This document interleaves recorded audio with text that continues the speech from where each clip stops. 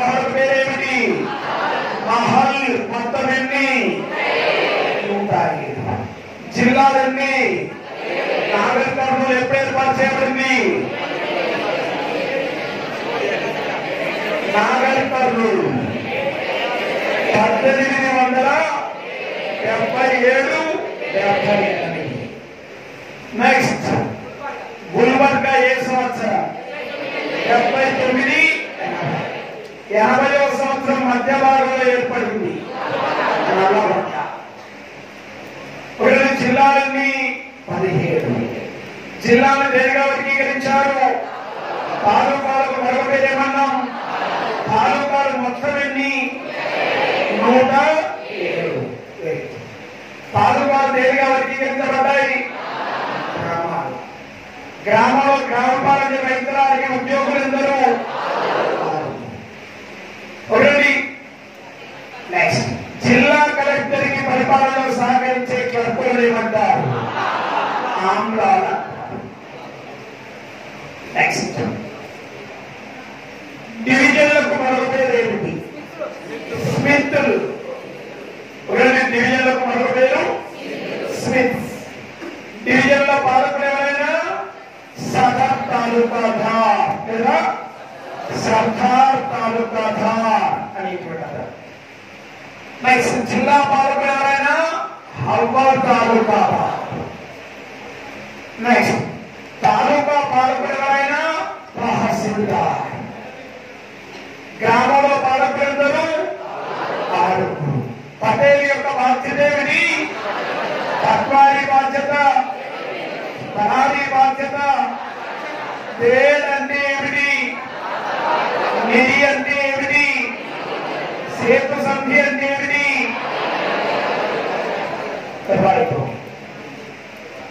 Next తర్వాత ఆ కోణంలో భాగంగా హరిసిక్క అనే నాణ్యంపై ముద్రించబడిన మొదటి నిజాం రాశారు.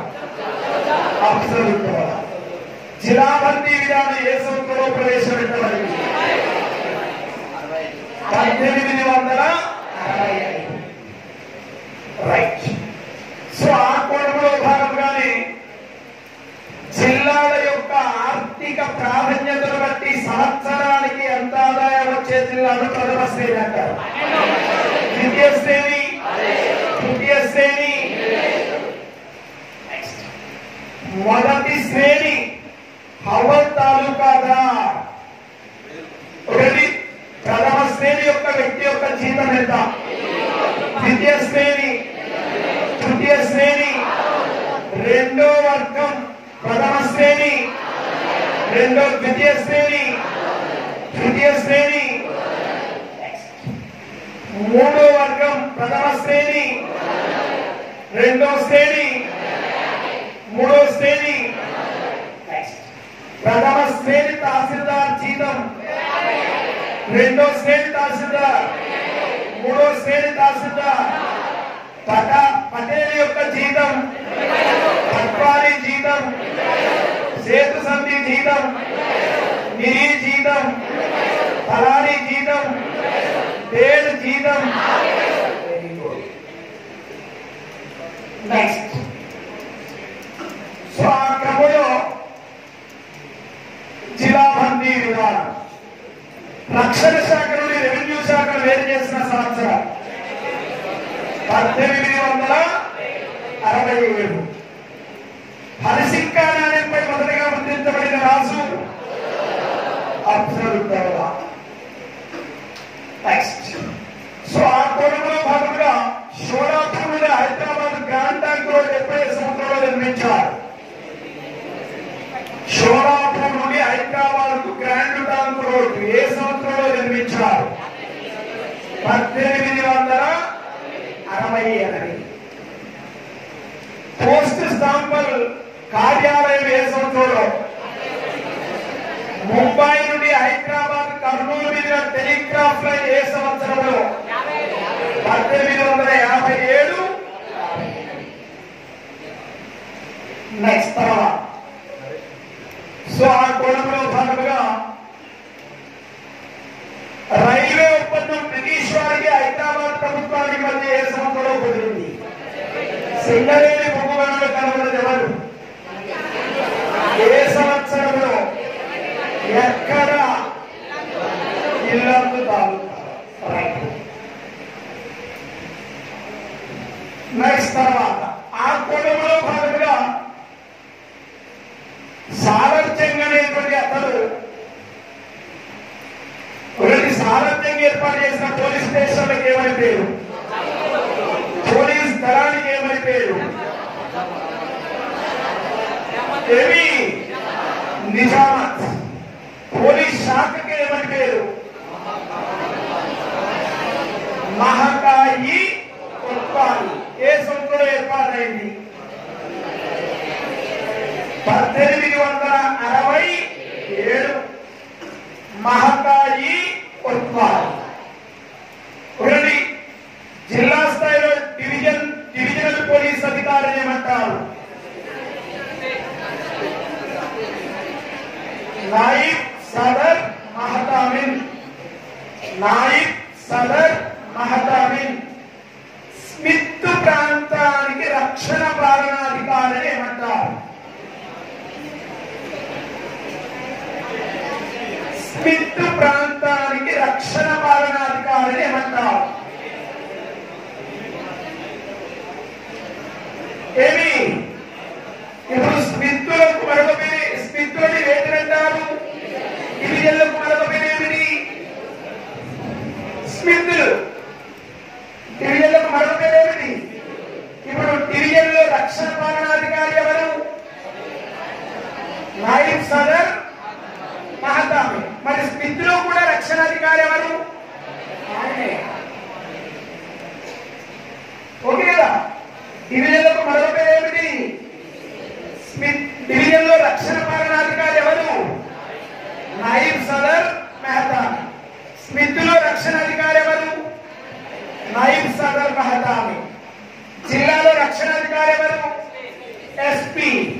తాలూకాలో రక్షణాధికారి ఎవరు? అమీన్. గ్రామంలో రక్షణాధికారి ఎవరు? ఒకటి. నెక్స్ట్ తెలంగాణలో పోలీస్ స్టేషన్లకు ఏమని పేరు? ఎవరి పేరు? చౌకీలు. ఒక్క మాట పోలీస్ స్టేషన్ అంశాలలో రాసుకో.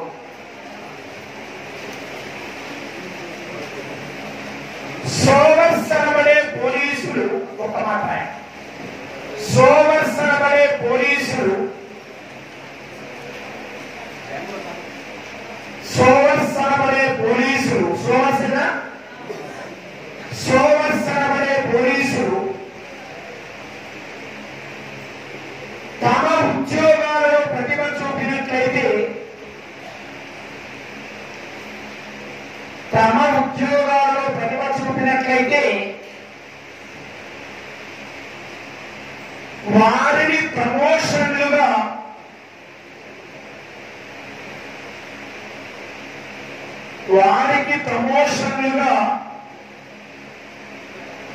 జమేదారులుగా నియమిస్తారు. జమేదారులుగా ఇప్పుడు జమీదార్ సాహెబ్ ఉంటారు కదా, జమేదారులుగా నియమిస్తారు. జమేదార్ మార్కెట్లో హెడ్ కానిస్టేబుల్. జమేదార్ అనగా రాకెట్లో హెడ్ కానిస్టేబుల్. నెక్స్ట్ అక్కడ ఇంకొక జమేదార్ల సీనియారిటీని బట్టి, జమేదార్ల సీనియారిటీని బట్టి అర్హత ఉంటే వారిని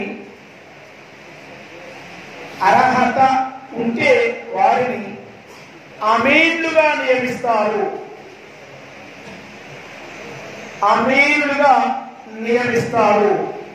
అర్హత ఉంటే అమీనులుగా నియమిస్తారు.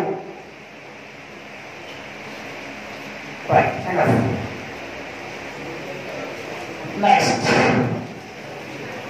హైదరాబాద్ రాజ్యంలో దారుల్ ఉలూమ్ అనే సంస్థ ఏ సంస్థ నియమించబడింది?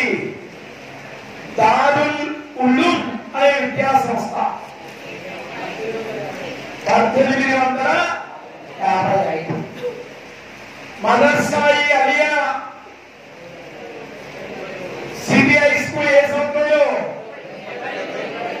సిటీ ఇంజనీరింగ్ కళాశాల ఏ సంవత్సరంలో, చాదరగట్ట హై స్కూల్ ఏ సంవత్సరంలో, మదర్ సాయి అలియా ఏ సంవత్సరంలో,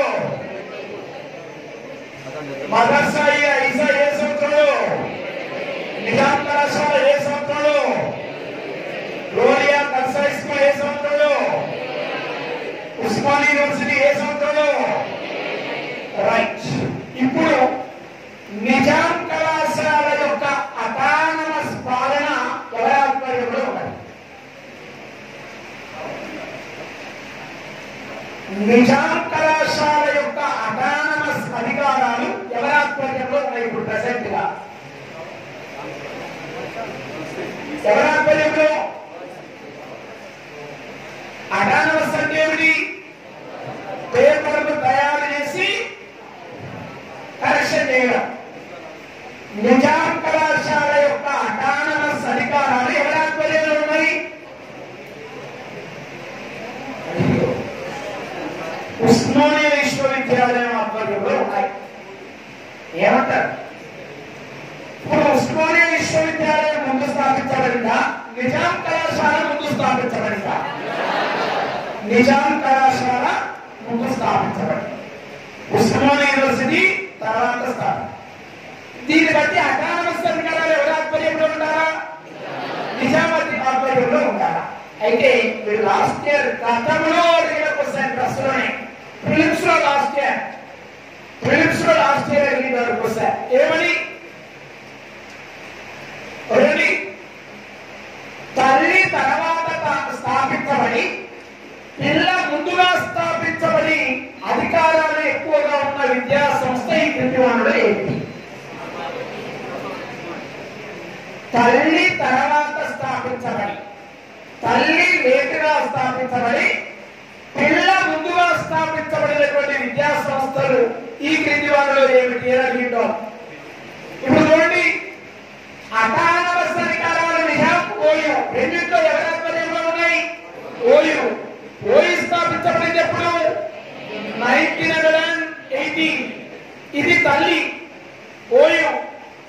నిజాం కళాశాల ఎప్పుడు స్థాపించబడింది?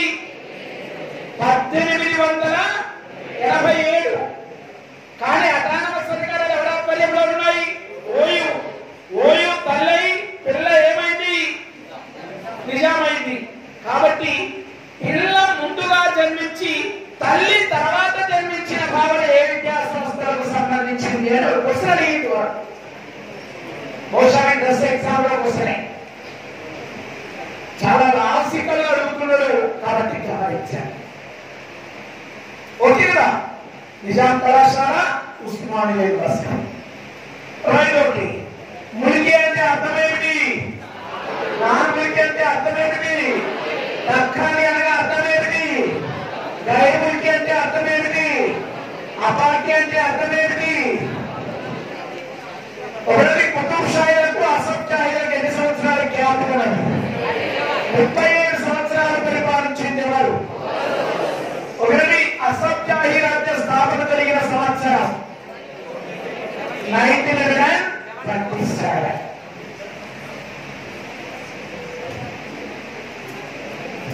సరే, ఏమో చెప్పు. సరే, ఆపరేషన్ పోలో జరగడానికి గల కారణాలు. ఇప్పుడు ఆపరేషన్ పోలో మరో పేరేమిటి? పోలీస్ చర్య.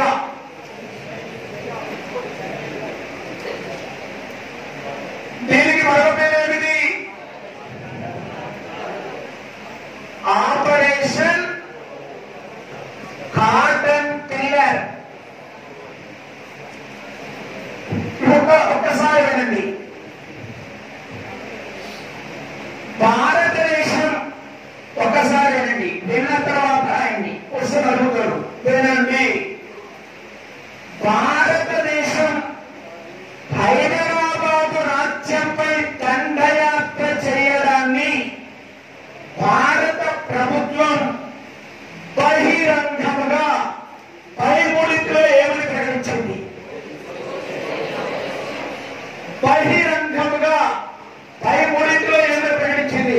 ఆపరేషన్ కరోనా, పోలీస్ చర్యనా, ఆపరేషన్ కార్పొరేషనరా, లేదా హైదరాబాద్ పై దండయాత్రనా? ఏంటిది? ఏమది? పోలీస్ చర్య. ఇప్పుడు 1948 సెప్టెంబర్ 17వ తారీఖు కంటే ముందు హైదరాబాద్ అనేది ఒక రాజ్యం. Is clear? నెక్స్ట్, భారతదేశం అనేది కూడా ఒక రాజ్యం, ఒక ప్రభుత్వం. ఒక రాజ్యముపై మరొక రాజ్యము దండయాత్ర చేయవచ్చా?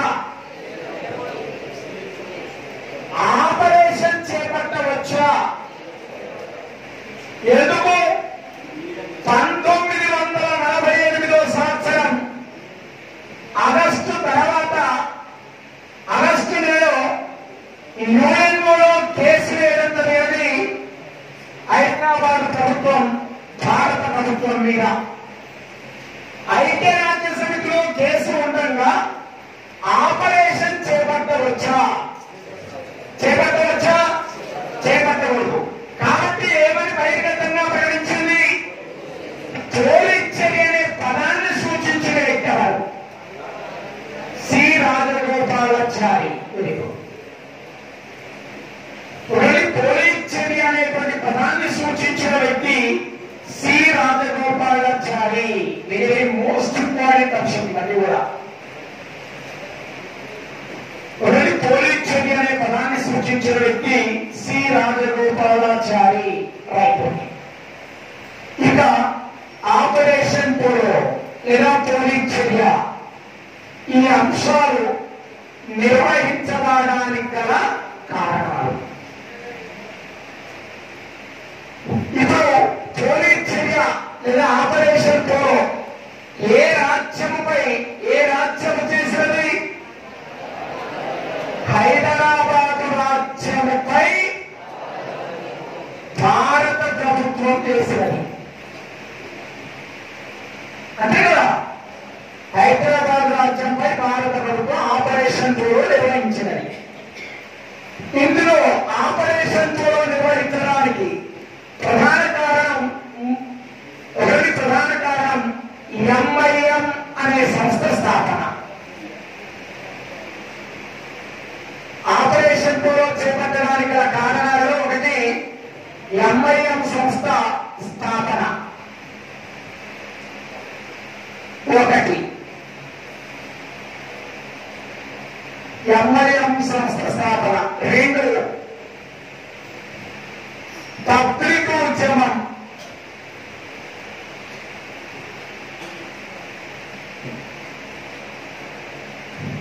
మూడు జేపీ హైదరాబాద్ పర్యటన. హైదరాబాద్ పర్యటన. నాలుగు జాయిన్ ఇండియా ఉద్యమం.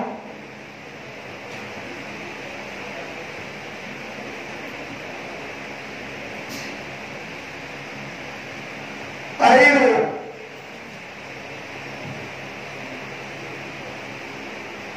రజాకార్ సంస్థ యొక్క ఆగడాలు.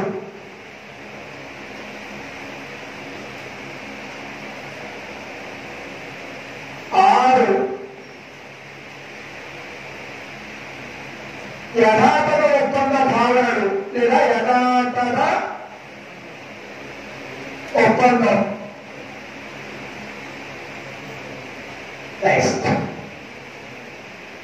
నానస్ ప్రాంత ఆక్రమణ.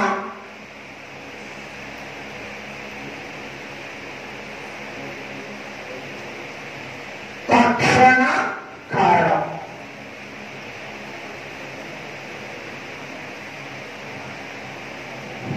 తక్షణ కారణం. ఇవన్నీ కూడా భారత రాజ్యం హైదరాబాద్ రాజ్యముపై భారత ప్రభుత్వం ఆపరేషన్ పోలో అనేది చేపట్టడానికి గల కారణాలు. ఇప్పుడు ఎంఐఎం అనేటువంటి సంస్థ, ఒకటి ఎంఐఎం అనే సంస్థ, ఒక్కసారి ఎంఐఎం అనేటువంటి సంస్థ 1927వ సంవత్సరం నవంబర్ 9వ తారీఖున లోహిత మండి అనే ప్రాంతంలో స్థాపించబడింది. లోహిత మండి అనే ప్రాంతంలో స్థాపించబడింది. ఈ సంస్థ యొక్క తొలి అధ్యక్షుడు నవాబ్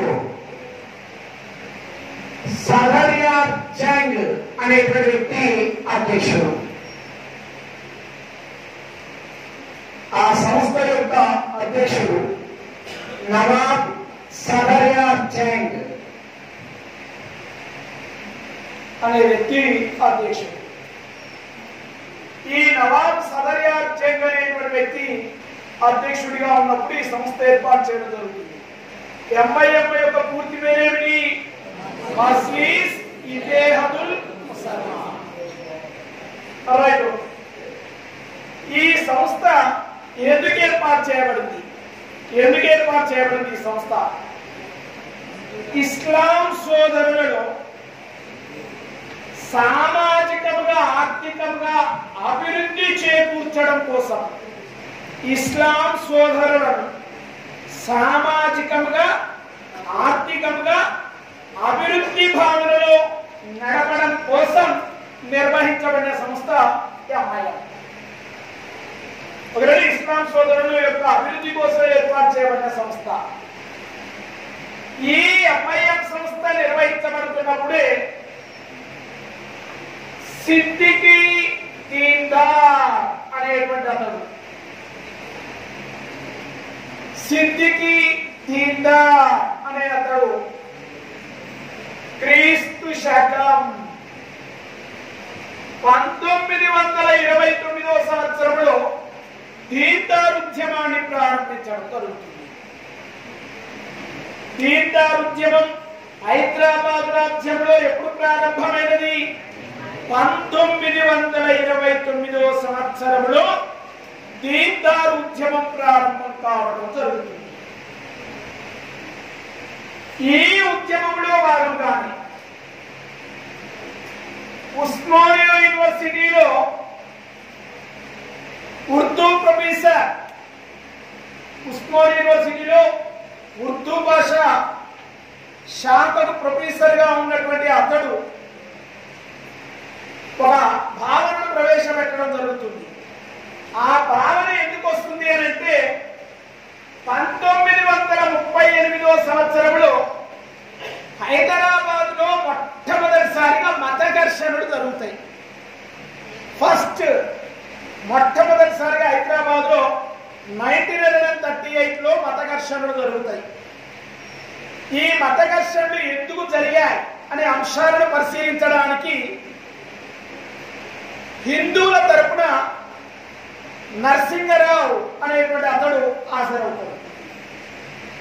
మందమా నరసింగరావు అనేటువంటి వ్యక్తి హాజరవుతాడు. ఇస్లాం సోదరుల తరపున సదర్యార్ జంగ్ అనేటువంటి వ్యక్తి హాజరవుతాడు. అయితే వీళ్ళిద్దరు అక్కడికి పోయిన తర్వాత ఈ మత ఘర్షణలు జరగడానికి గల రీజన్ ఏమంటే 1938వ సంవత్సరంలో హెచ్ఎస్సి అనే సంస్థ ఏర్పాటు చేయబడుతుంది. HSC means Hyderabad state Congress. 1938 జనవరి 29వ తారీఖున హైదరాబాద్ స్టేట్ కాంగ్రెస్ ని స్వామి రామానంద తీర్థ అనేటువంటి అతడు ఏర్పాటు చేస్తాడు. ఒకటి స్వామి రామానంద తీర్థ ఏర్పాటు చేస్తారు. కానీ నిజాం ప్రభుత్వము హైదరాబాద్ స్టేట్ కాంగ్రెస్ ని నిషేధిస్తుంది. సెప్టెంబర్ 8వ తారీఖున హైదరాబాద్ స్టేట్ కాంగ్రెస్ ని నిజాం ప్రభుత్వం నిషేధిస్తుంది. మీరెందుకు నిషేధించారు అనంటే, కాంగ్రెస్ అనే పదము లేకుండా ఉంటే ఈ సంస్థని మా రాజ్యంలో ఏర్పాటు చేసుకోవచ్చు. కాంగ్రెస్ అనే పదం ఉంటే మేము అనుమతి ఇవ్వం. ఒకటి కాంగ్రెస్ అనే పదం లేకపోతే ఏర్పాటు చేసుకోవచ్చు. ఆ కాంగ్రెస్ అనే పదం ఉంటే కనుక మేము అనుమతి ఇవ్వం అని ప్రకటన చేయడం జరుగుతుంది. ఎవరు? రైట్. సో ఇదే సందర్భంలో ఇక్కడ ఘర్షణలు, మత ఘర్షణలు జరుగుతాయి. బహుశా మన హైదరాబాద్ ప్రాంతంలో ధర్మన్ గట్ ఏరియా ప్రాంతానికి అవతల బాలాపూర్ ఎక్కడ సంథింగ్. సో ఇక్కడ మత ఘర్షణలు జరిగితే నవాబ్ సదర్యార్ జంగ్ మరియు మన బహదూరి మనమా Narasimharao 50 years court of Hyderabad అనే గ్రంథాన్ని రాస్తాడు. ఎవరైనా? మంధమా Narasimharao 50 years court of Hyderabad అనే గ్రంథాన్ని రాయడం జరుగుతుంది. మీరు ఎందుకు ఇలా చేశారు అనంటే, ఉద్యోగాలలో హిందువులకు కూడా ప్రాధాన్యత ఇవ్వాలని మీరు ఉద్యమం చేస్తున్నారు కదా. ఉన్నత ఉద్యోగాలను మొత్తం 70% ఉద్యోగాలు మాకిచ్చి 30% ఉద్యోగాలు మీ హిందువులు తీసుకోండి. 70% ఉద్యోగులు ఇస్లాంలో మేము తీసుకుంటాం, 30% ఉద్యోగాలు మీరు తీసుకోండి, అప్పుడు మీ హైదరాబాద్ స్టేట్ కాంగ్రెస్ అనుమతిస్తాం అని అంటే అది కుదరదు అని అంటాడు మందమాల నరసింహరావు. ఈ పరిస్థితుల్లో ఉస్మానియా యూనివర్సిటీ ఉర్దూ శాఖ ప్రొఫెసర్ 1938లో ఒక ప్రకటన చేస్తారు. హైదరాబాద్ చుట్టుపక్కల జిల్లాలలో ఉన్న ఇస్లాములందరూ హైదరాబాద్కు రండి. హైదరాబాద్ లో స్థిరంగా నివసించిన హిందువులు హైదరాబాద్ వెళ్ళి విడిచిపెట్టి వెళ్ళండి. అర్థమైందా? హైదరాబాద్ చుట్టుపక్కల ఉన్న జిల్లాలలో ఉన్న ఇస్లాంలు హైదరాబాద్ నగరానికి రండి. హైదరాబాద్ నగరంలో ఉన్న హిందువులు హైదరాబాద్ చుట్టుపక్కల జిల్లాలకు వెళ్ళిపోండి అని ఒక ప్రకటన చేస్తారు. దీనికి వ్యతిరేకంగా మనం ఎట్టి పరిస్థితిలో హిందూ ప్రాధాన్యత పెంచాలని శుద్ధి ఉద్యమాన్ని ఆదేశ సమాజం నిర్వహిస్తుంది. ఆల్రెడీ ఇస్లాములు తబ్లీగ్ ఉద్యమాన్ని ప్రారంభించారు. ఏ సంస్థ తరపున? అంజుమాన్ తబ్లీగ్ ఉల్ ఇస్లాం అనే సంస్థ తరపున ఈ తబ్లీగ్ ఉద్యమాన్ని ప్రారంభించారు. ఆ కోణంలో భాగంగా హిందువులకు ముస్లింలకు మధ్య విభేదాలు వచ్చాయి. ఇదే పరిస్థితుల్లో నిజాం సబ్జెక్ట్ లీగ్ ఏ సంస్థలో స్థాపించబడింది? నిజాం సబ్జెక్ట్ లీగ్ ఇచ్చిన నినాదం ఏమిటి? నిజాం సబ్జెక్ట్ లీగ్ ఎప్పటి వరకు పనిచేసింది? ఆ తర్వాత ఎంఐఎం అనే సంస్థ, నిజాం సబ్జెక్ట్ లీగ్ అనే సంస్థ రెండు కలిసి 1940వ సంవత్సరంలో రజాకార్ అనేటువంటి సంస్థలో కలిసిపోవడం జరుగుతుంది. రజాకార్ అనే సంస్థలో కలిసిపోవడం జరుగుతుంది.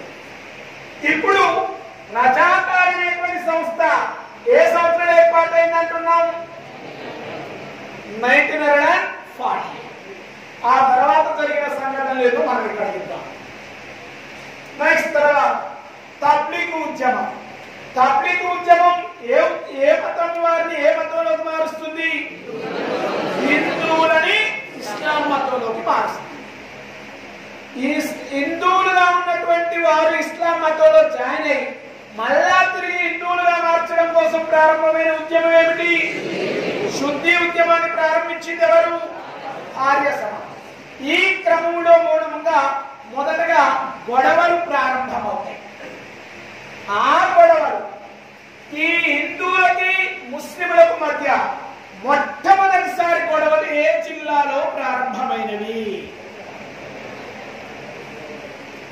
ఒకటి హిందువులకు మరియు ముస్లింలకు మధ్య మొట్టమొదటిసారిగా గొడవలు ఏ జిల్లాలో? హైదరాబాద్ లో అయితే 1938, అందులో డౌట్ లేదు. జిల్లాల పరంగా ఏ జిల్లాలో మొదటగా ప్రారంభమైంది? నిజామాబాద్ జిల్లాలో ప్రారంభం. నిజామాబాద్ జిల్లాలోని డీచుపల్లి అనే ప్రదేశం ఉందట. ఉందా డీచుపల్లి? నిజామాబాద్ జిల్లాలోని డీచుపల్లి అనేటువంటి గ్రామంలో ఒక మిషనరీ హాస్పిటల్ ఉందట. Machinery hospital. ఆ మిషనరీ హాస్పిటల్ ప్రక్కన మత ప్రార్థనను నిర్వహించుకోవడం కోసం ఇస్లాంలు అనేటువంటి వారు ఒక గుడిసె ఏమంటారు? గుడిసె అంటారు కదా. ఓకే, ఒక గుడిసెని నిర్వహించుకుంటారు.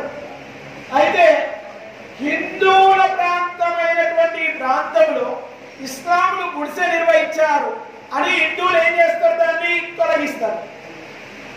సో అక్కడ హైదరాబాద్ జిల్లా కాకుండా అవతల జిల్లాలలో మొట్టమొదటి మత ఘర్షణలు ఎక్కడ ప్రారంభమయ్యాయంటే నిజామాబాద్ జిల్లాలో ప్రారంభమయ్యాయి. దీంతో ఈ ఉద్యమం తారాస్థాయికి చేరుతుంది. చేరిన తర్వాత నిజాములు దేని మీద ఎక్కువ ప్రభావం చూపుతారు? ప్రజాకారణ అంశాల మీద ప్రభావం చూపుతారు. తర్వాత జయప్రకాష్ నారాయణన్ హైదరాబాద్ పర్యటన.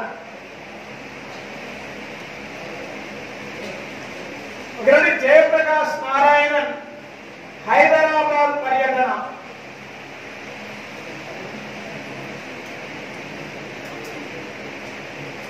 భారతదేశంలో 1934 సంవత్సరంలో కాంగ్రెస్ సోషలిస్టు పార్టీ అనే ఒక పార్టీ స్థాపించబడుతుంది. కాంగ్రెస్ సోషలిస్టు పార్టీ అనే పార్టీ స్థాపించబడుతుంది.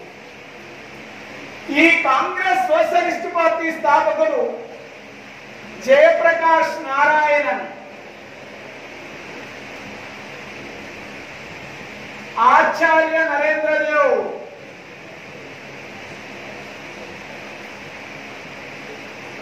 జయప్రకాష్ నారాయణన్, ఆచార్య నరేంద్రదేవ్ అనేటువంటి వారు ఆ పార్టీ స్థాపకుడు.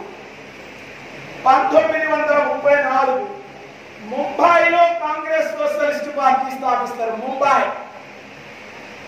ఆ కాంగ్రెస్ సోషలిస్ట్ పార్టీని హైదరాబాద్ లో వ్యాప్తి చేయడం కోసం జయప్రకాష్ నారాయణన్ 1947 మే నెల 7వ తారీఖున వెరీ వెరీ మోస్ట్ ఇంపార్టెంట్ 1947 మే నెల 7వ తారీఖున కర్బాలా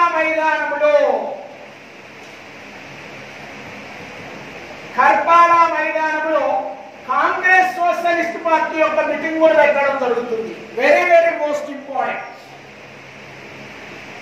కాంగ్రెస్ సోషలిస్ట్ పార్టీ యొక్క మీటింగ్ కూడా పెడతారు ఎవరైనా?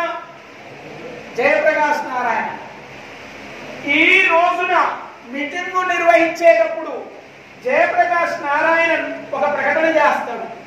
అంటే ముందుండి 1947 మే నెల 7వ తారీఖున హైదరాబాద్ రాసేవారు మీర్ ఉస్మాన్. ఈ మీర్ ఉస్మాన్ అలీ ఖాన్ అనే వ్యక్తిని జయప్రకాష్ నారాయణన్ మీర్ జాఫర్ అనే వ్యక్తితో పొగుడతారు. ఈ ఇటీవల కాంపిటేటివ్ ఎగ్జామ్ కోసం పిచ్చి మీర్ జాఫర్ అనే వ్యక్తితో పొగుడతాడు. Right, okay. జయప్రకాష్ నారాయణన్ ఏ నిజాం రాజుని మీర్ జాఫర్ అని పొగిడినాడు? ఎవరిని పొగిడిండు? మీర్ ఉస్మాన్ అలీ ఖాన్ ని పొగిడిండు. ఏ మైదానంలో పొగిడిండు? కర్బాలా మైదానంలో పొగిడిండు. ఏ రోజున పొగిడిండు? 1947 మే 7న మీర్ జాఫర్ అని పొగిడారు. అసలు ఇంతకీ మీర్ జాఫర్ ఎవరు?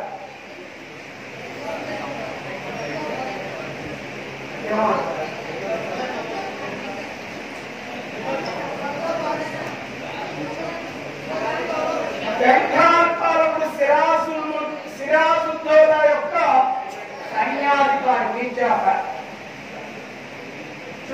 ప్లాసీ యుద్ధ సందర్భం 1757 గుర్తులేదా? 1757 ప్లాసీ యుద్ధంలో సిరాజుద్దౌలా యొక్క సైన్యాధికారిగా వ్యవహరించేటువంటి అతడు మీర్ జాఫర్. వెరీ ఎక్సలెంట్ అయినటువంటి సమర్థుడు మీర్ జాఫర్. ఈ మీర్ జాఫర్ తో జేపీ నారాయణంతో పోల్చబడిన నిజాం రాజు ఎవరు? మీర్ ఉస్మాన్ అలీ ఖాన్. మీ రాజ్యం యొక్క మీర్ ఉస్మాన్ అలీ ఖాన్ మీర్ జాఫర్ లాంటి వాడు, అంటే సమర్థుడు.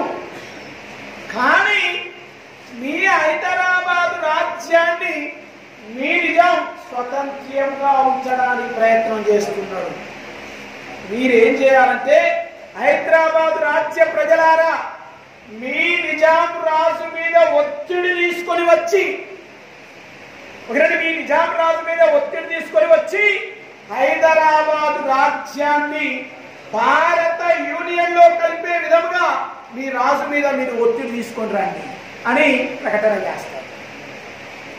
ఈ విషయాన్ని విన్నటువంటి మీర్ ఉస్మాన్ అలీ ఖాన్ జయప్రకాష్ నారాయణన్ హైదరాబాద్ ను విడిచి వెళ్ళాలి అని తన బహిష్కరణ గురి చేస్తాడు. ఎవరిని? జయప్రకాష్ నారాయణ బహిష్కరిస్తాడు. ఎవరు? మీర్ ఉస్మాన్ అలీ ఖాన్. అప్పుడు ఇద్దరు వ్యక్తులు ఇతని యొక్క బహిష్కరణకు వ్యతిరేకంగా, జయప్రకాష్ నారాయణ యొక్క బహిష్కరణకు వ్యతిరేకంగా ఉద్యమ నాయకులుగా వ్యవహరించిన వ్యక్తులు ఇద్దరు. ఆ ఇద్దరు వ్యక్తులు ఎవరు? ఆ ఇద్దరు వ్యక్తులు ఒక ఆయన ఊర్పుల రామకృష్ణారావు, రెండో వ్యక్తి కాశీనాథరావు వైద్య. ఒక ఆయన ఊర్పుల రామకృష్ణారావు, రెండో వ్యక్తి కాశీనాథరావు వైద్య. ఈ ఇద్దరు వ్యక్తులు జయప్రకాష్ నారాయణ యొక్క బహిష్కరణ భావనకు వ్యతిరేకముగా ఉద్యమాన్ని నిర్వహించడం జరుగుతుంది. క్లియర్? నెక్స్ట్, ఈ కోణంలో భాగంగా ఆపరేషన్ పోలో అనే సంఘటన జరుగుతుంది. నెక్స్ట్ తర్వాత జాయిన్ ఇండియా ఉద్యమం. జాయిన్ ఇండియా ఉద్యమం మీర్ ఉస్మాన్ అలీ ఖాన్ అంటే అతడు 1947 జూన్ 12వ తారీఖున నేను సర్వస్వతంత్రుడైన పాలకుడిని అని ప్రకటించుకుంటాడు. 1947 జూన్ 12వ తారీఖున నేను సర్వస్వతంత్రుడైన పాలకుడిని అని ప్రకటించుకుంటాడు. ఎవరైనా? మీర్ ఉస్మాన్ అలీ ఖాన్. తాను 562 భారతీయ స్వదేశీ సంస్థానాలలో భారతదేశంలోనైనా కావండి లేదా పాకిస్తాన్ లోనైనా కావండి అని చెప్పేసి ఆనాడు బ్రిటిష్ వారు ప్రకటన చేస్తే, నేను ఏ రాజ్యంలో కలవను, నాకు నేనే సర్వస్వతంత్రుడిని, నా హైదరాబాద్ రాజ్యము నా ఆధ్వర్యంలోనే ఉండాలా అని ప్రకటించుకుంటే, అప్పుడు స్వామి రామానంద తీర్థ అనేటువంటి అతడు, స్వామి రామానంద తీర్థ 1947వ సంవత్సరం ఆగస్టు నెలలో జాయిన్ ఇండియా ఉద్యమాన్ని నిర్వహించడం జరుగుతుంది. జాయిన్ ఇండియా అనే ఉద్యమాన్ని ప్రారంభిస్తాడు. ఇండియా ఎందులో, హైదరాబాద్ ఎందులో జాయిన్ కావాలా? ఇండియాలో జాయిన్ కావాలా అని చెప్పేసి జాయిన్ ఇండియా ఉద్యమాన్ని ప్రారంభించడం జరుగుతుంది. ఎవరైనా? స్వామి రామానంద తీర్థ. స్వామి రామానంద తీర్థ. స్వామి రామానంద తీర్థ జాయిన్ ఇండియా ఉద్యమాన్ని ప్రారంభించడం జరుగుతుంది. సో ఈ జాయిన్ ఇండియా ఉద్యమానికి వ్యతిరేకంగా రజాకారులు పెద్ద మొత్తంలో ఉద్యమాన్ని కొనసాగించడం జరుగుతుంది. ఆ క్రమంలో వారికి వీరికి మధ్య అనేక రకాల ఘర్షణలు జరుగుతాయి. ఈ కోణంలో భాగంగా హైదరాబాద్ అవతల కొన్ని రకాలైనటువంటి ఉద్యమాలను, బహిర్గత ఉద్యమాలను నిర్వహిస్తారు. అప్పుడు హైదరాబాద్ వాడు ఎక్కడెక్కడ ఆ సంస్థలు ఏర్పాటు చేయబడ్డాయో మనం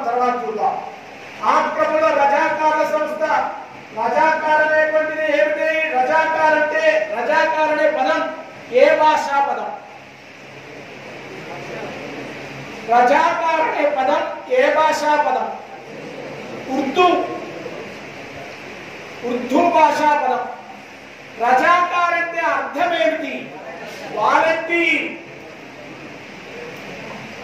ఒకటి రజాకార్ అంటే అర్థం వాలంటీర్. ఒక గ్రామంలో రజాకారుల సంఖ్య ఎంత ఉండొచ్చు? ఒక గ్రామంలో 30 మంది రజాకారులకు అధికారిగా నియమించబడే లీడర్ ఏమంటారు?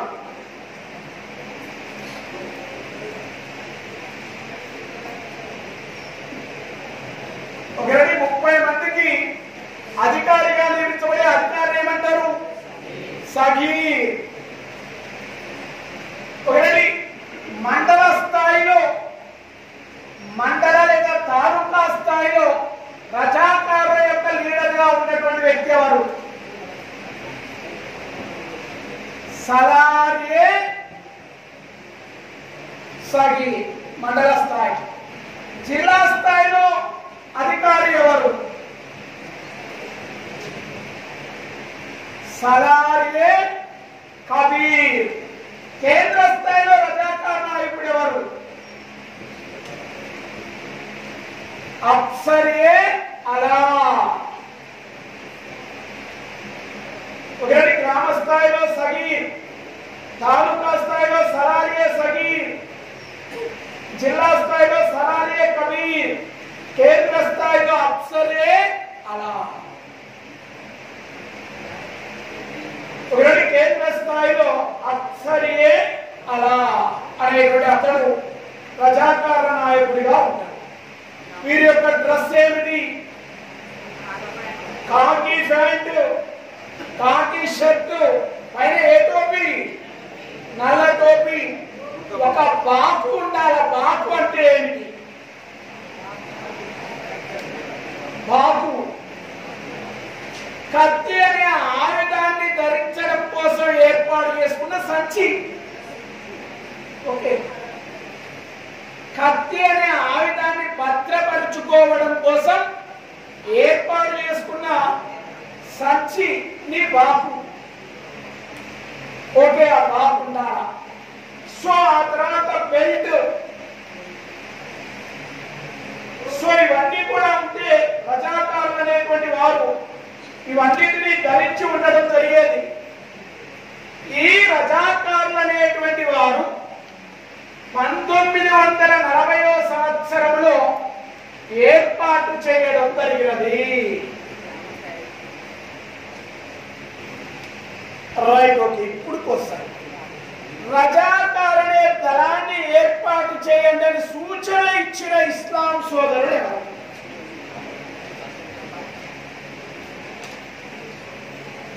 రజాకార్ అనబడే వాలంటీర్ దళాన్ని ఏర్పాటు చేయండి అని సూచించిన ఇస్లాం సోదరుడు ఎవరు? మహమ్మద్ అమీన్ అనేటువంటి అతను.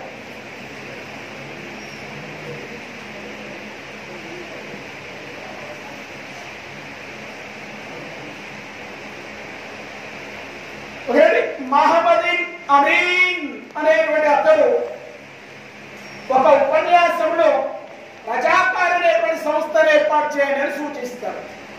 ఆ సూచన మేరకు రజాకార్ అనే సంస్థ ఎప్పుడు ఏర్పాటైంది? 1905. ఈ రజాకార్ అనే సంస్థకు మొదటి అధ్యక్షుడు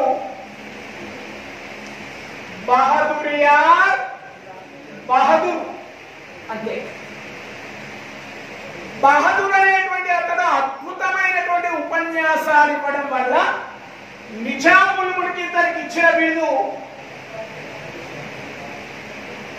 యార్జంగ్. యార్జంగ్ అనేది ఏమిటి? బిరుదు. కాబట్టి అతన్ని బహదూర్ యార్జంగ్ అంటారు. ఈ బహదూర్ యార్జంగ్ రజాకారుల యొక్క చర్యలను బలోపేతం చేయడం కోసం ఇచ్చిన స్లోగన్ ఏమిటి?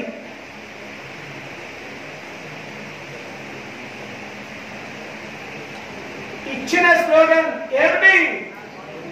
ఆనల్ మాలిక్ ఒకటి ఆనెల్ మాలిక్. ఆనెల్ మాలిక్ అంటే అర్థం ఏంటి?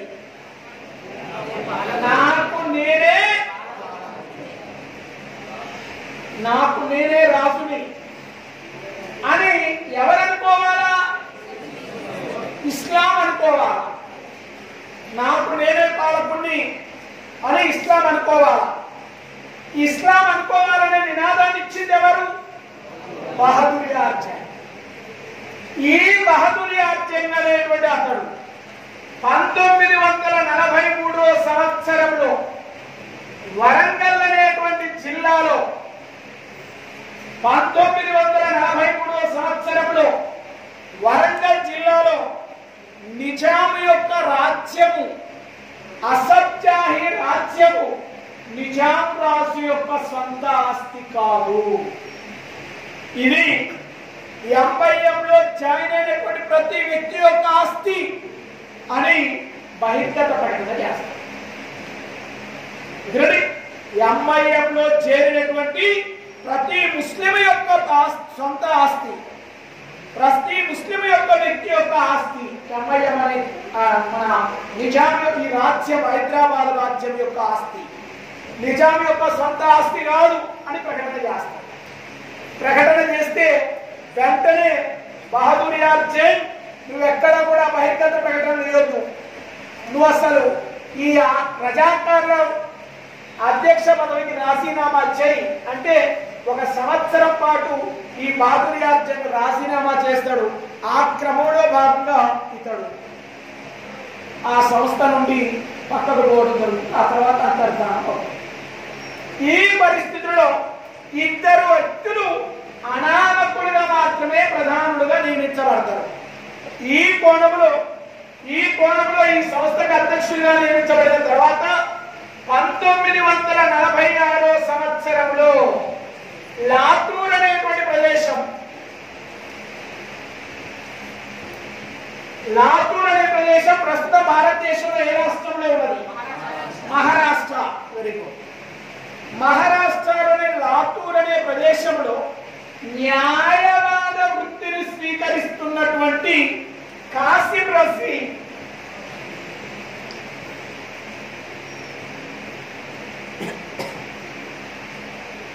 న్యాయవాద వృత్తిని స్వీకరిస్తున్నటువంటి కాసిం రజ్వీ రజాకార్ల ఉద్యమానికి నాయకుడు అవుతాడు.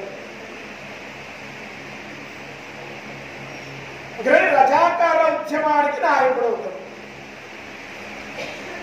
ఇతని కారణాల వల్ల, ఇతని సంఘటనల వల్ల ఆపరేషన్ పోలో అనేది జరిగింది.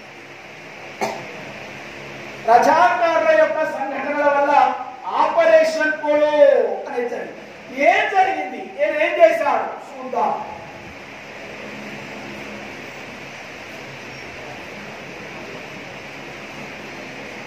కాసిం రజ్వీ అక్కడ ఏం చేశాడు అంటే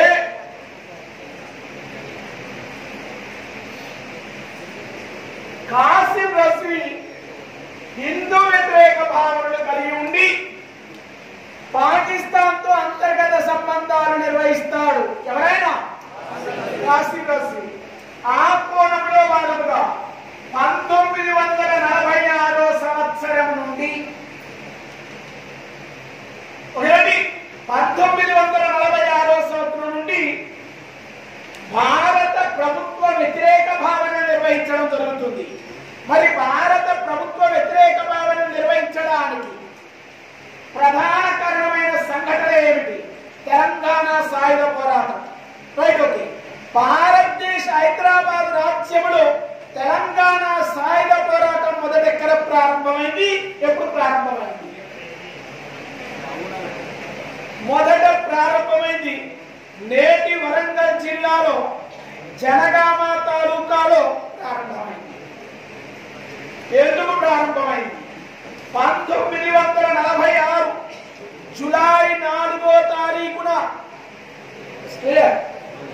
1946 జూలై 4వ తారీఖున జూలై 4న ఆనాడు జనగాం తాలూకాలో పాలకుర్తి అనేటువంటి గ్రామంలో చాకలి ఐలమ్మ మహిళకు 13 ఎకరాల భూమి ఉన్నది.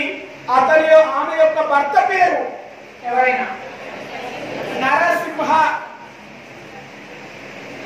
ఆమె యొక్క భర్త పేరు నరసింహ. ఈ నరసింహ అనేటువంటి అతను చాకలి ఐలమ్మ హస్బెండ్, భర్త. కానీ ఆయన పేరుకు మాత్రమే ఇంటి యజమాని. ఎవరిది? మేడాంతి. ఇప్పుడు కూడా సొసైటీలో పేరుకు మాత్రమే ఆయన ఇంటి యజమాని. పెత్తనం అంటే ఎవరిది? వాస్తవా కాదా? మన భారతదేశంలో పితృస్వామిక వ్యవస్థ, మాతృస్వామిక వ్యవస్థ. పితృస్వామిక వ్యవస్థ. పేరుకు మాత్రమే ఆయన కుటుంబానికి తండ్రి.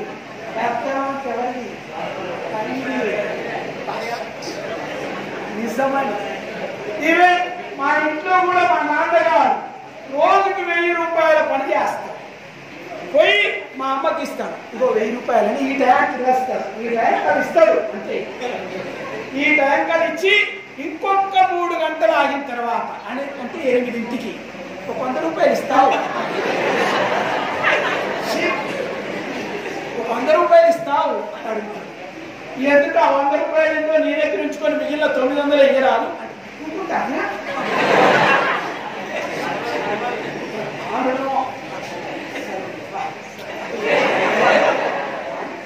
శిక్షణ. ఇప్పుడు ఇది తెలిసింది కాబట్టి చెబుతున్నా. వాస్తవంగా ఏమంటారు? ఏమో అంటావు ఒక్కసారి. నేను వాస్తవే ఏమంటావు? అరైట్ అనుభవజ్ఞుల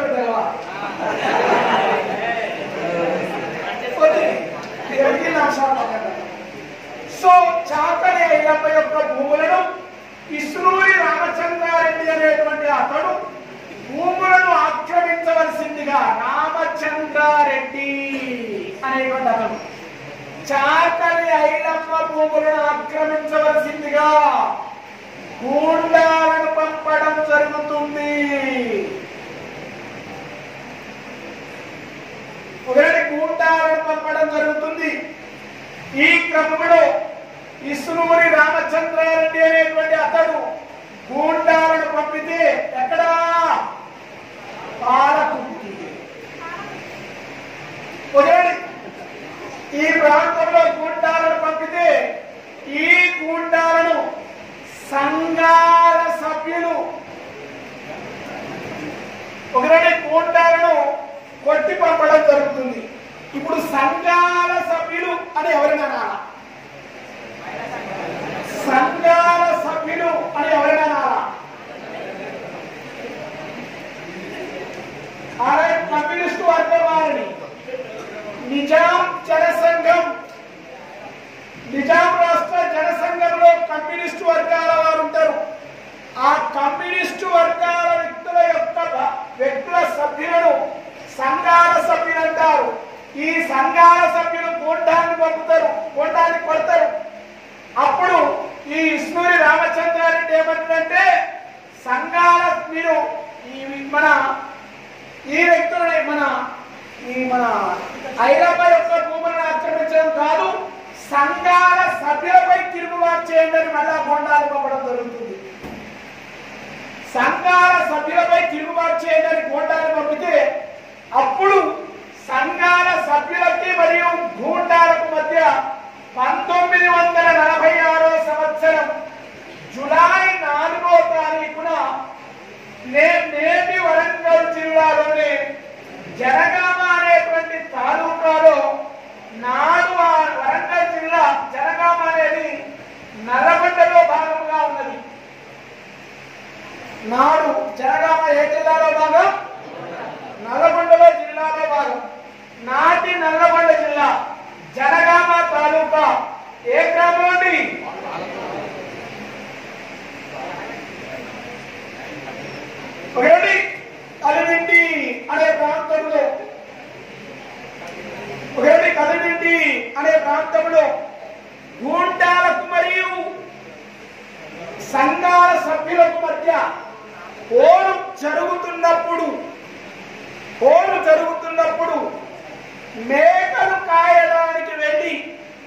ఇంటికి వచ్చి సత్తి తింటున్నటువంటి ఎవరైనా దొడ్డి కొమరయ్య సత్తిని మధ్యలోనే ఆపేసి సత్తిని మధ్యలోనే ఆపివేసి ఏం కర్రా సంకొయ్య బండి కర్రను ఏమంటాం సంకొయ్య సంకొయ్య అనేటువంటి ఒక కర్రను తీసుకొని ఆయన ఆ దండయాత్రకు వెళ్ళి గూండాలను తిప్పి కొడుతూ ఉన్నప్పుడు ఒక గూండ రహస్యంగా ఇస్నూరి రామచంద్రారెడ్డి యొక్క గూండ దొడ్డి కొమరయ్యను కాల్చి చంపడం జరుగుతుంది. ఈ పరిస్థితుల్లో అదే రోజున రక్తానికి రక్తం, కాలుకు కాలు, చెయ్యికి చెయ్యి అనే భావనతో సంఘాల సభ్యులు మన ఇస్నూరి రామచంద్రారెడ్డిపై తిరుగుబాటు చేయడం జరుగుతుంది. ఆనాడు చరిత్రలో ఒక అద్భుతమైనటువంటి సంఘటన. ఏమిటి అద్భుతమైన సంఘటన? నిజాం రాజు ఆధ్వర్యంలో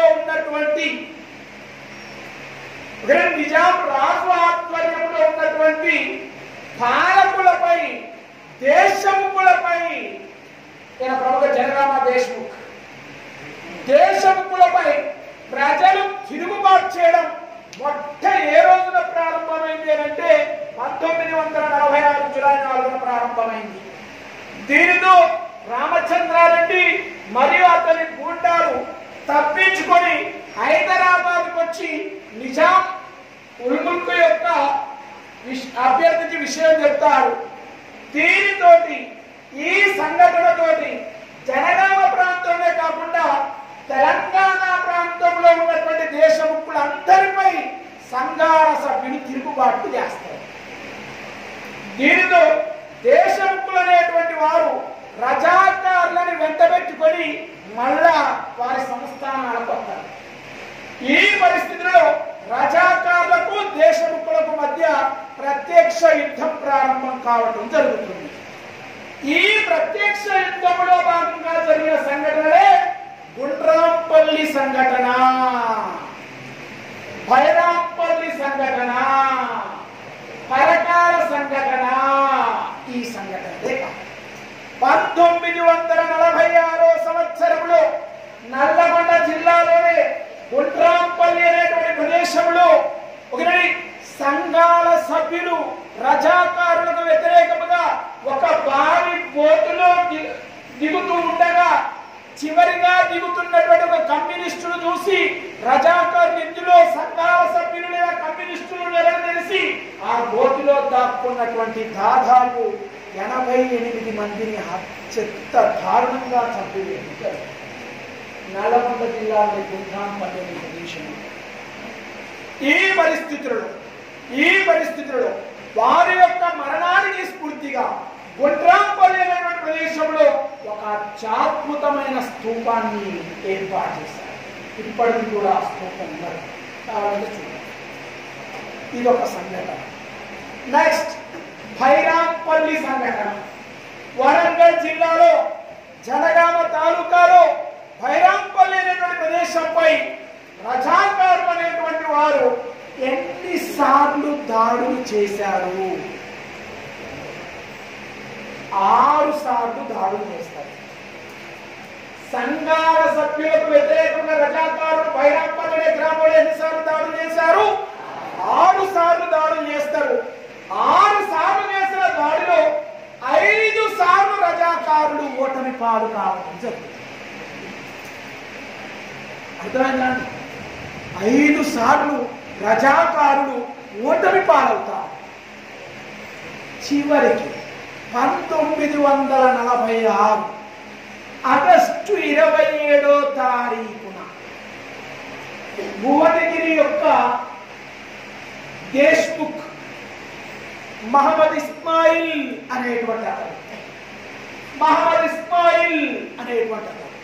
రహస్యంగా భైరాంపల్లి అనే ప్రదేశంపై తెల్లవారుజామున 4 గంటలకు తిరుగుబాటు చేయడం జరిగింది.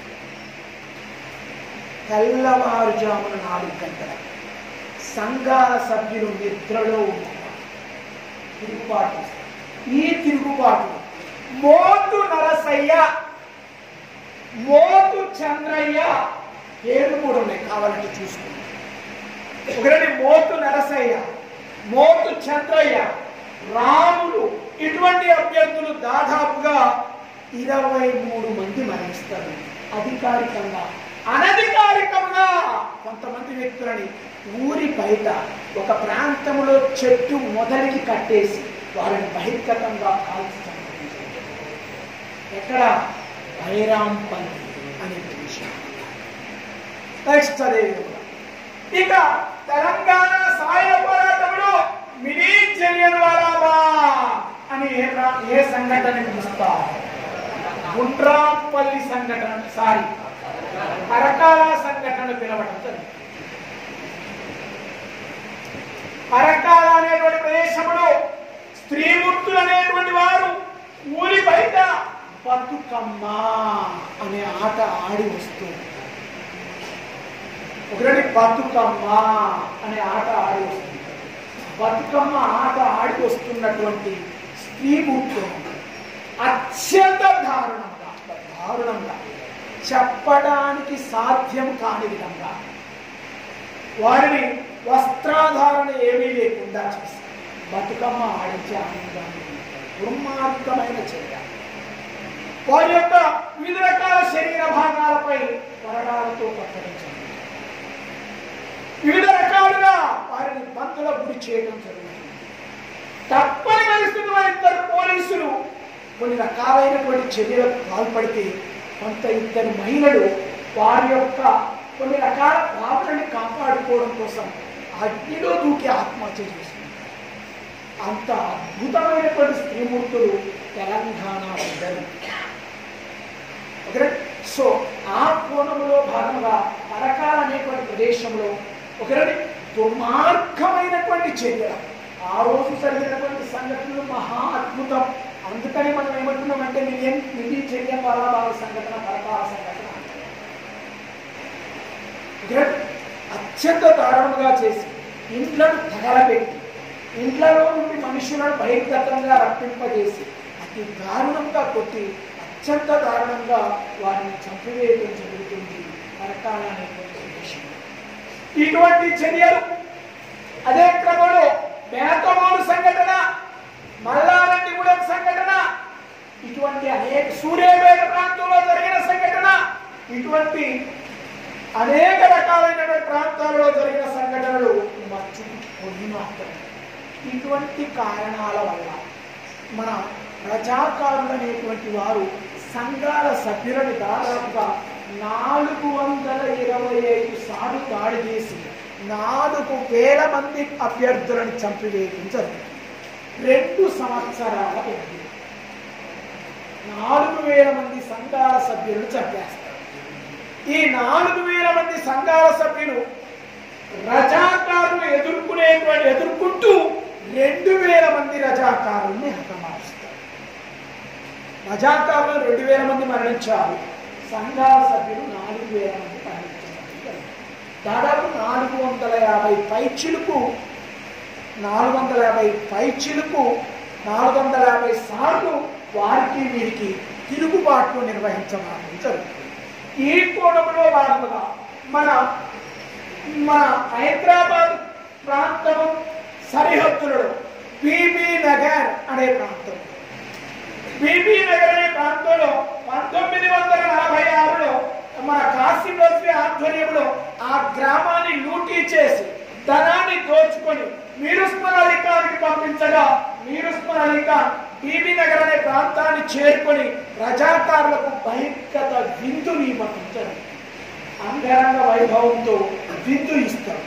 ఈ సందర్భంగా కాసిం నజ్వీ అంటాడు, 50,000 మందిగా ఉన్నటువంటి రజాకారులను 5 లక్షల మందిని పెంచుతారు. 50,000 మందిగా ఉన్న రజాకారులని 5 లక్షల మందిగా పెంచుతారు.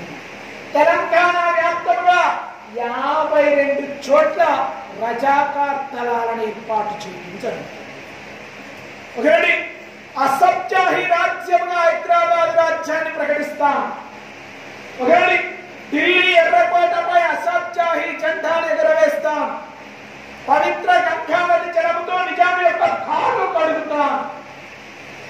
ఈ విధంగా హైదరాబాద్ సంస్థానంతో నిజాం యొక్క పాలన సంతృప్తి చెందట్లేదు, యావత్ భారతదేశాన్ని ఆక్రమించుకుంటాము అని అత్యద్భుతమైనటువంటి ప్రగల్భాలు పలికి నిజాం రాజ్యములో సాధారణమైనటువంటి ప్రజానికానికి ఏమాత్రం నిద్రాహారాలు లేకుండా చేస్తూ ఇబ్బందులకు గురి చేస్తున్నప్పుడు తప్పని పరిస్థితుల్లో భారత ప్రభుత్వం హైదరాబాద్ రాజ్యంపై యుద్ధం ప్రకటించడానికి సిద్ధమైనప్పుడు అప్పుడు 1947 నవంబర్ 29వ తారీఖున హైదరాబాద్ రాజ్యానికి నిజాం రాజ్యానికి మధ్య యథాతథ ఒప్పందం జరిగింది.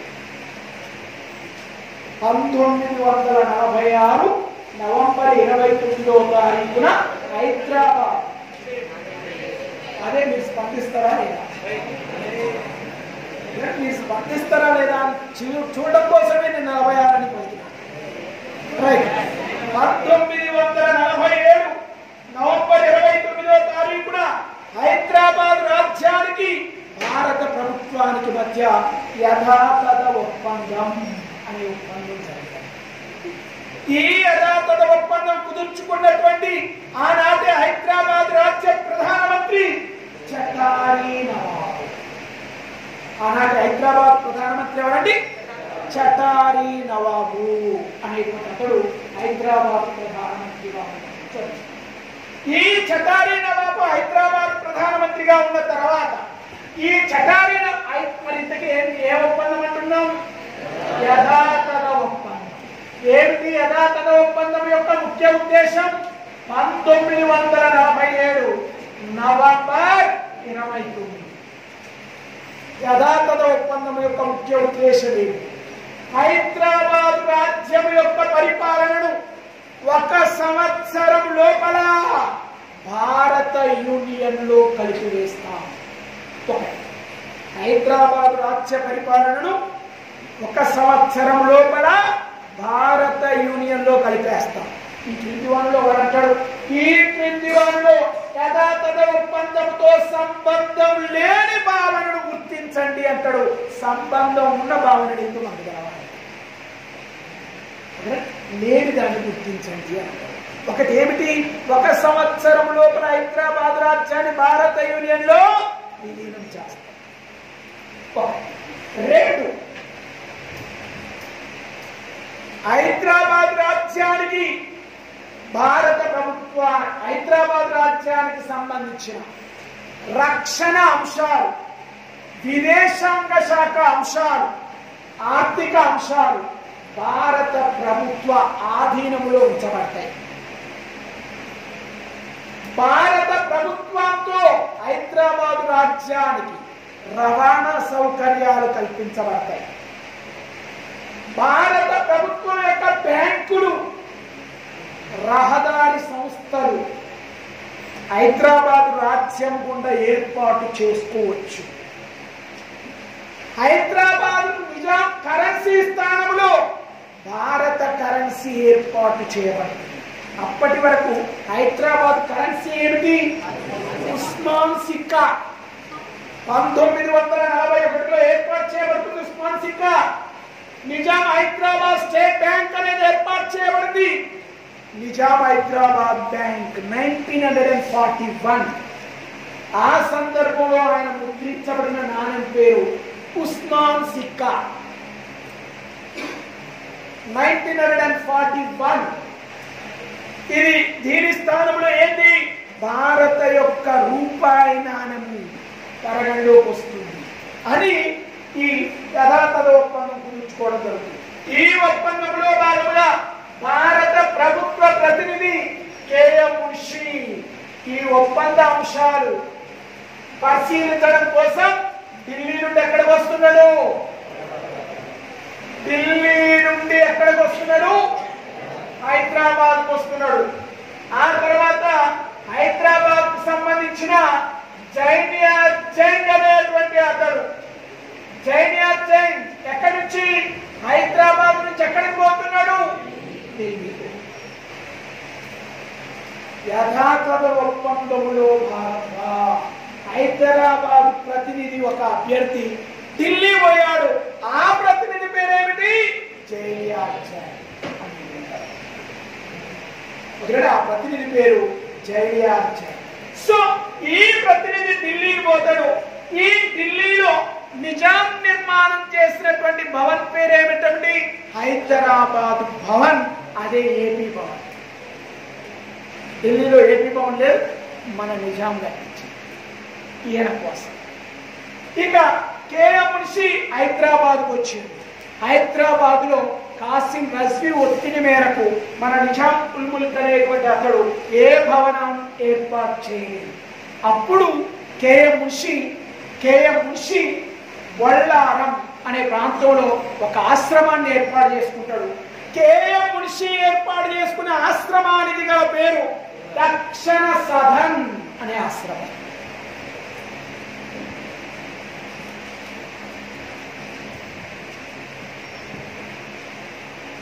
దక్షిణ సదన్ అనే నిర్మాణం ఏ నగరంలో కలదు? హైదరాబాద్ నగరంలో కలదు.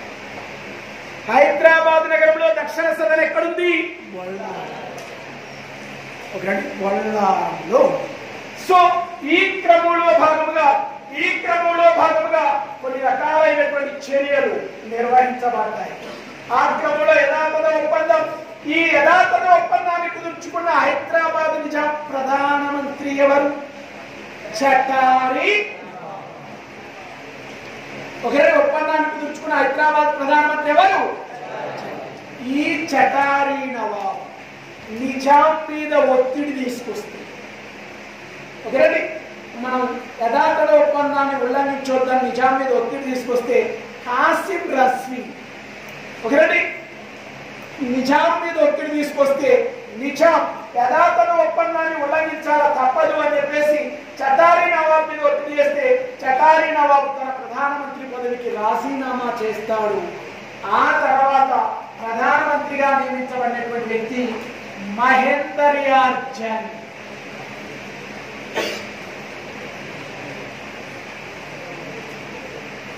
ఒక్క నెల మాత్రమే ప్రధానమంత్రిలో ఉంటాడు.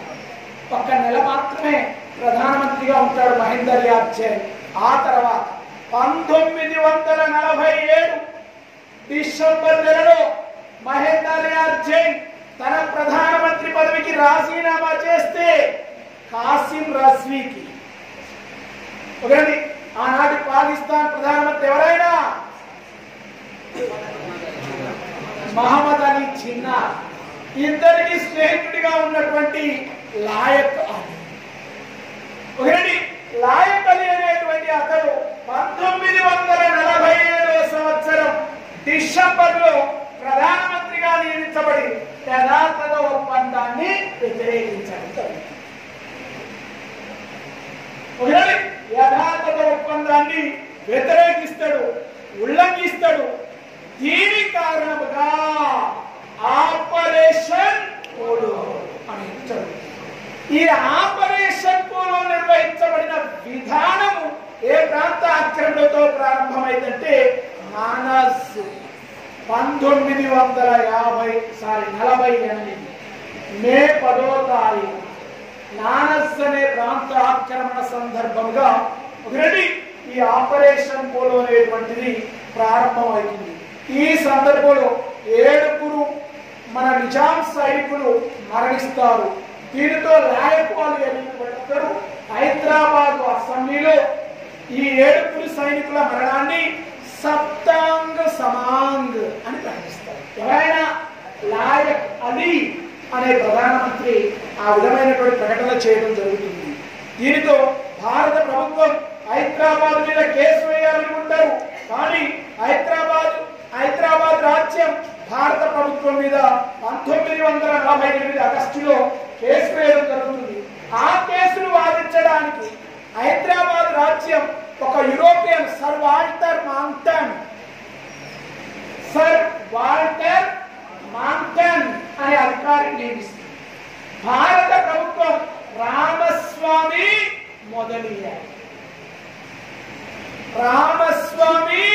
మొదలియర్ అనే వ్యక్తి నియమిస్తుంది.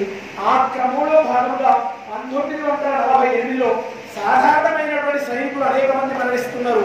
మనం హైదరాబాద్ను ఆక్రమించాలని మన ఆనాటి గృహశాఖ మంత్రి, కేంద్ర గృహశాఖ మంత్రి ఎవరు?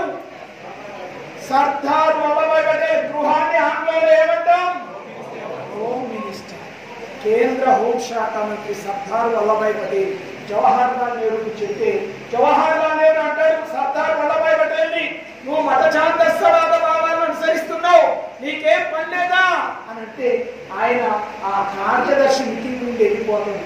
దీనితో సర్దార్ వల్లభాయ్ పటేల్ మన ఆనాటి భారత వైస్రాయ్ శ్రీ రాజగోపాలాచారికి చెప్తే, అప్పుడు శ్రీ రాజగోపాలాచారి జవహర్ లాల్ నెహ్రూ పిలిచి హైదరాబాద్పై పోలీసు చర్య ఏర్పాటు చేయాలి, తప్పదు అని ప్రకటిస్తారు. దీనితో ఆయన గులాబీ పువ్వు తీసుకొని, సరే మీరు ఏమన్నా చేసుకోండి, నేను అది పోతున్నాను, మీరు ఏమైనా చేసుకోండి, నేను అది పోతాను, ఎందుకంటే నాకు ఒక్క 3 రోజులు మీకు కనబడను, నాకు పోతున్నాను చేసి పోలీసు చర్య ప్రారంభమైంది 1968. ఒకటి సెప్టెంబర్ 13వ తారీఖున ప్రారంభమవుతుంది. ఒకటి ఒక్కొక్క రోజు ఏ ప్రాంతంపై తిరుగుబాటు చేసుకున్నది, ఎక్కడెక్కడ తిరుగుబాటు చేసింది అనేటువంటి భావన మనం తర్వాత చూద్దాం. రేపు నాకు ఒక్కటే చెప్పండి, ఏమిటి 1948 సెప్టెంబర్ 13వ తారీఖు ఏ వారం?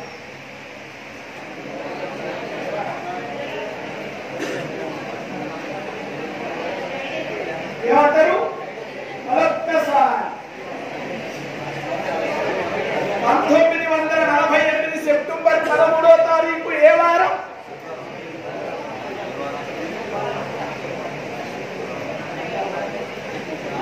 క్యాలెండర్ లేదా? రీజనింగ్ లో క్యాలెండర్ లేదు. 1948 సెప్టెంబర్ 13వ తారీఖు ఏ వారం? ఏ వారం? Very good. సోమవారం రోజున తెల్లవారుజామున 4 గంటలకు భారత సైన్యం హైదరాబాదు రాజ్యంపై ఆపరేషన్ పోలో ప్రారంభిస్తుంది. అది ఏ విధంగా జరిగింది, ఒక్కొక్క రోజు ఏ ప్రాంతాన్ని ఆక్రమించుకున్నారు, సైన్యం ఎన్ని భాగాలుగా భారతదేశంపై దండయాత్ర చేసింది అనేది మనం రేపు చెప్తాం. ఆ 10 క్వశ్చన్లో ఏమైనా డౌట్స్?